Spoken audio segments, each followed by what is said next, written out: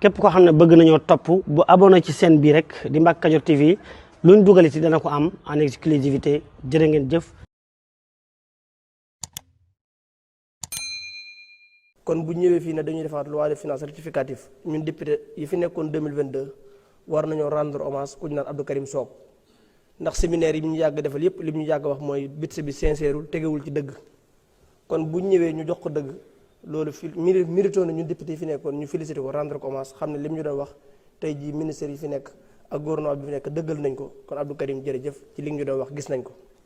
kon loolu nag day dugg ci jubal jubbanti kon dañuy jubbanti rek jubbanti googu jàpp naa ne war naa law ba ci bànqaas yi nga xamante ni moo nekk fépp ci institution yi nekk ci réew mi kon monsieur le ministre Cheikh Diba ñu ngi lay félicité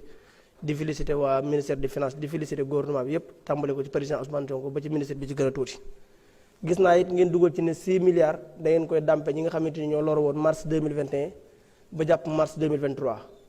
man nag ma ci am benn xaw ma cri de cœur ngeen koy wax xaw ma ci am benn doléance boo xam ne dinaa ko ci dugal ndax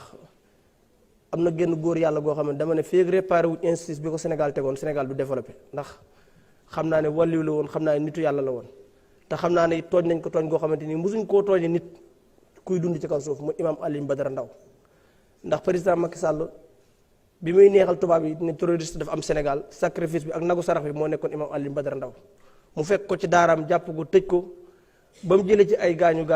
ñu xëy suba àtte ko ni ko defoo dara bi ñu ko àtte ni ko defoo dara jóge na ci ay feebar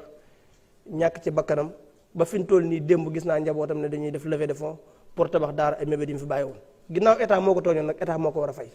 kon jàpp naa état Sénégal am na droit indemnité famille imam Alioune Badara Ndao bépp mébét bu mu fi bàyyi woon état Sénégal eggale ko jàpp naa ne bu ñu ko deful de mën nañoo séntu développement mais dinañ ko yéex a def ndax wàllu la woon nitu yàlla la woon te yàgg nañoo wax ne Sénégal dina am njir yu baax njir yu tege ci yoon njir yu baax yooyu nag bu ñu ko amee liñ ko ameel mooy ñu réparer injustice bi ñu ko tegoon kon monsieur le ministre ko Mbacke Kadior TV di intérêt askan wi soxlaa leen yitteel leen ba pare di leen jaamu chaque jour rawatina actualité yi xew ci Touba Mbacke mu leen koy wan en direct da duñ ci dagg dara xibaar yu wér te wóor rawatina fépp ci réew mi actualité ak bépp xew-xewun ma ndi am moo tax nu naa 300 000 abonné mën a réew mépp la yitteel mbokk yi am na site YouTube nanu abonné partagé aimé nu abonneel ko aimé partagé teg ci ndax yitte askan wi képp la Mbacke Kadior TV yemul foofu day photo day vidéo Snapchat bépp programme boo bëggee ñu coffrir la ko ndax équipe bu dynamique bi mu àndal ak matériel bi ñu yoree masàllaa ay monteur professionnel nga mën a jokkoo ak ñoom ci 78 461 67 55 site bi seen site la Mbacke Kadior TV njëriñal askan wi képp la.